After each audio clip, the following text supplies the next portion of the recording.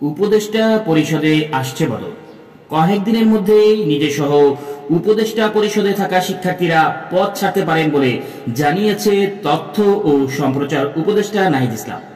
আর এ মাসের শেষেই ঘোষণা আসছে বৈষম্য বিরোধী শিক্ষার্থীদের নিয়ে নতুন রাজনৈতিক দলের। ৭১কে এসব কথা বলেন তথ্য উপদেষ্টা। অধ্যাদেশ নয়, বরং বিচারিক প্রক্রিয়ায় আওয়ামী লীগ নিষিদ্ধের সিদ্ধান্ত আসতে পারে, আর সেটা হতে পারে নির্বাচনের আগে। নির্বাচন নিয়ে বিএনপির অবস্থান পরিষ্কার করায় সরকারের সাথে দূরত্ব কমেছে বলেও মনে করেন নাহিদ ইসলাম। কোটা বাতিল আন্দোলন থেকে সরকার পতনের ঘোষণা, গণ অভ্যুত্থানের মাধ্যমে আওয়ামী লীগ সরকারের পতন, তারপর এরই মধ্যে চলে গেছে ৬ মাসের বেশি সময়। দেশ পুনর্গঠনে ঐক্যমত্য তৈরির লক্ষ্যে সেপ্টেম্বরে শিক্ষার্থীরা গঠন করেন জাতীয় নাগরিক কমিটি। তাদের পক্ষ থেকে গঠিত হচ্ছে নতুন রাজনৈতিক দল, আর এই নতুন দলের আনুষ্ঠানিক ঘোষণা আসছে এ মাসে।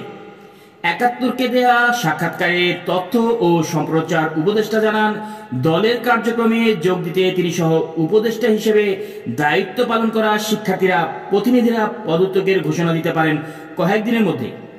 নাহিদ ইসলাম বলেন, ছাত্রদের নেতৃত্বে একটা নতুন রাজনৈতিক দলের পরিকল্পনা বা আলোচনা রয়েছে। সে দলে অংশগ্রহণ করতে হলে সরকার থেকে সেটি সম্ভব নয়। সেই দলে আমি যদি যেতে চাই তাহলে সরকার থেকে আমি পদত্যাগ করব।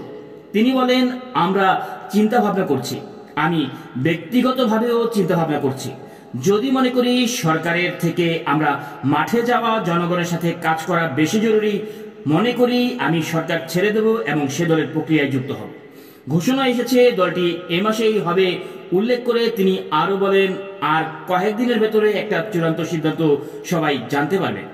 রাজনৈতিক দল গঠন আর ভোটের রাজনীতি যে ভিন্ন বিষয়ে তা জেনেই মাঠে নামা হচ্ছে বলেও জানান নাহিদ। এদিকে জাতীয় নির্বাচন নিয়ে বিএনপির সাথে অন্তর্বর্তী সরকারের দূরত্ব কমেছে বলেও জানান তিনি।